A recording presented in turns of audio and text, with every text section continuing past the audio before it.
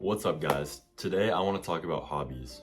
What are they? What are the categories of hobbies that you need to have? What are the hobbies that maybe you don't need to have? And how can hobbies translate to a healthy, happy, enriched life? First, I want to go over what the definition of a hobby is. So a hobby is an activity done in one's leisure time for pleasure. So I want you to stop the video and think of one hobby that you have.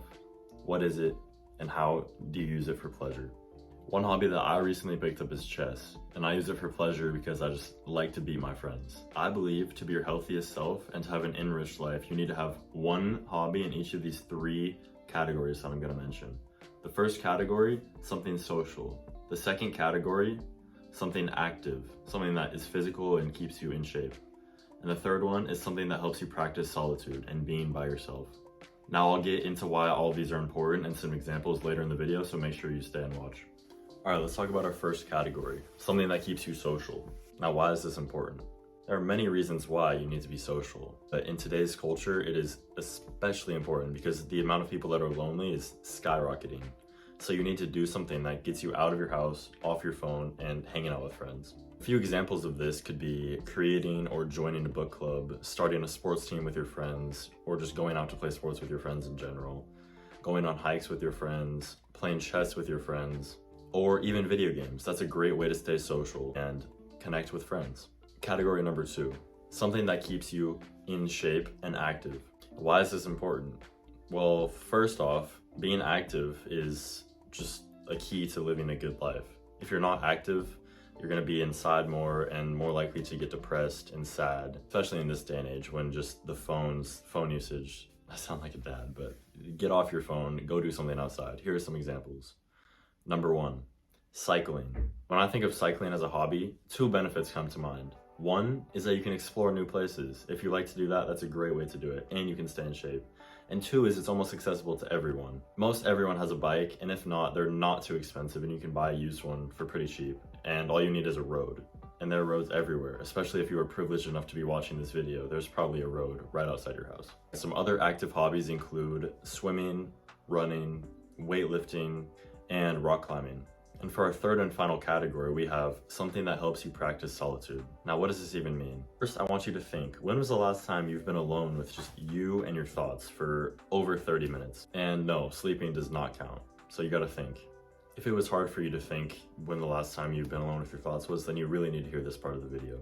In today's society, we live in a world that's just go, go, go. So if you can learn to slow down and enjoy just you and yourself, then you'll be really, really, really good off in this life that we live. Some hobbies that help you practice solitude include playing an instrument, meditation, writing, reading, knitting. You could pick up knitting or even gardening. Point being, if you can learn to be alone with just your thoughts, you're going to be well off and be one step closer to having that healthy, enriched life that you want. As you have probably noticed, some of these hobbies fit into more than one category, and that's awesome.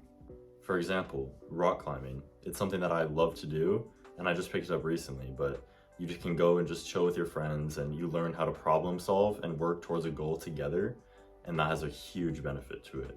For all of you out there who watched this and thought, I don't have any time to pick up a new hobby, that's just not true. That is completely not true.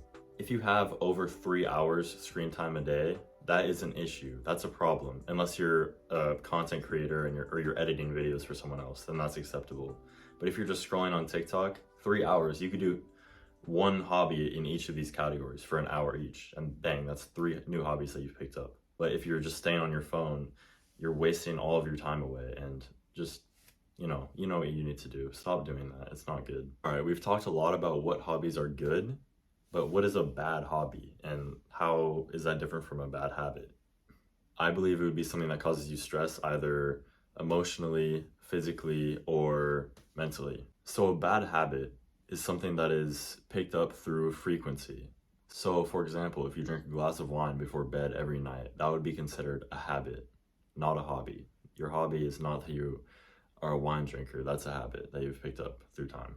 And a hobby is a regular activity that is done for enjoyment.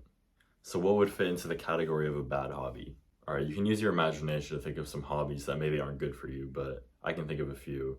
One being going on TikTok or YouTube for 3 hours straight. That is just a complete waste of time. Another partying or drinking every single weekend with your friends. Now that is something social, but you have to sacrifice money for the alcohol and your body's health, and that's something that's not very good.